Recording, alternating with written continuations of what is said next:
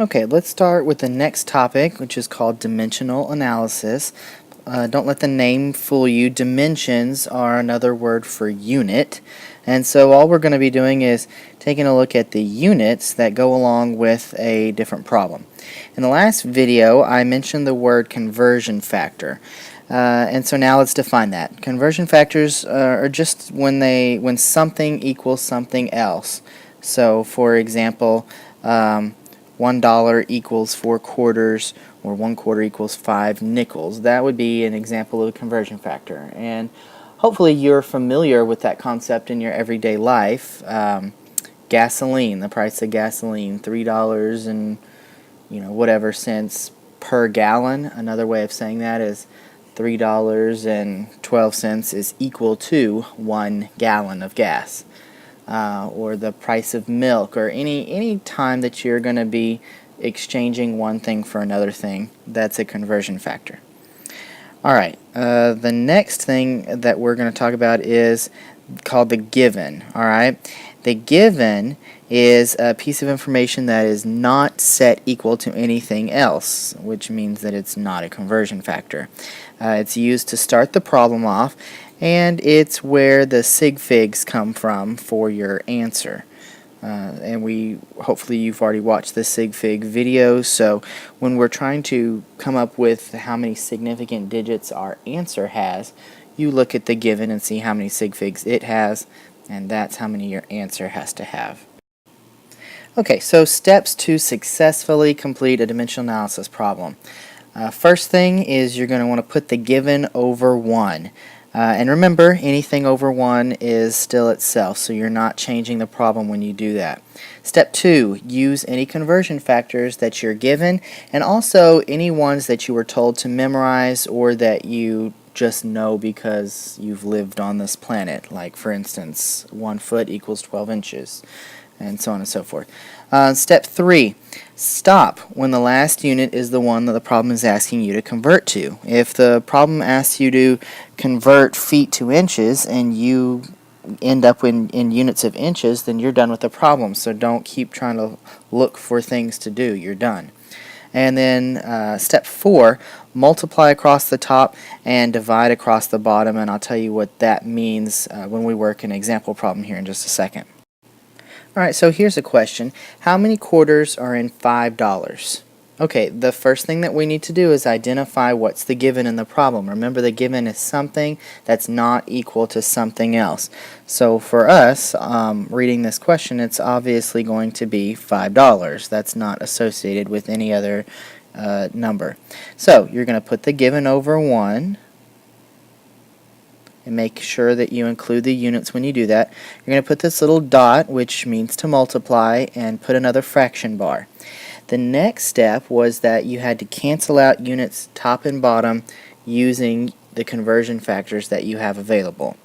So the conversion factor that we have available is that $1 equals 4 quarters and 1 quarter equals 5 nickels. In this case, we're asked to convert to quarters, so we're going to want to use our first conversion factor here. Now we have to place it on this second fraction bar here in such a way that the units will cancel out, top and bottom. So I notice that I've got dollar signs on top in the given, which means I'm going to have dollar signs on bottom in our conversion factor. So I'm going to go ahead and put that here, and then you say what that's equal to on top. Okay, so now you'll notice that the dollar sign cancels the dollar sign top and bottom, and I'll be left with units of quarters, which is what the problem asked me for. So I'm done. All I have to do now is multiply across the top and divide across the bottom. So 5 times 4 is 20, and 20 divided by 1 is still 20, so we're left with 20 quarters. 20 quarters is equal to $5. Okay, so let's take it another step. How many nickels are in $5? Okay, again, you're going to want to put your given over 1, and our given is still $5. put our little multiply sign and put another fraction bar.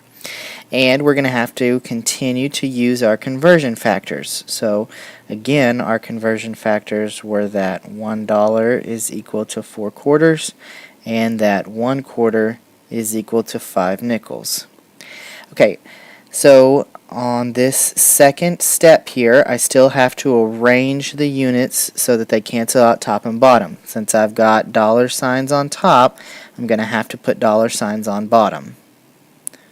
So again, the $1 goes on bottom. Now the conversion factor that I have up here that involves dollars is $1 equals 4 quarters. I'm looking for nickels. Okay, that doesn't mean that I don't use that conversion factor, it just means I'm not done yet once I've used it. So I'm going to put that $1 equals 4 quarters in there, and that conversion factor has been used. Since quarters is the unit that I'm in right now, but I'm looking for nickels, I have to keep going. So we're going to put another multiply sign, another bar, and go get another conversion factor to put in here. Okay, now notice that we've got quarters on top, which means that quarters has to go on bottom. So I go find a conversion factor that involves quarters, and I get 1 quarter equals 5 nickels. So 1 quarter equals 5 nickels. Alright, now I'm in units of nickels, which is what I wanted to be in. So I'm done with the problem. You can see that dollars cancels dollars, quarters cancels quarters, and we'll be left in units of nickels. So we're ready to do the math. Multiply across the top, divide across the bottom. 5 times 4 is 20, and 20 times 5 is 100. So we're left with 100 nickels as our answer. Alright, so these two are just really simple examples of dimensional analysis, and that's what this whole first video is intended to be. Is just, this is part one. We're not done with this. This is just the most simple type of dimensional analysis problem that we have. And so in the next video we will move on to some more complex dimensional analysis. The reason I say that this is a simple version is because it only involves one unit in each of our questions. Notice that it was always $5 going to some other unit. But in life we can run into numbers that have multiple units, like miles per hour, or for density, grams per milliliter.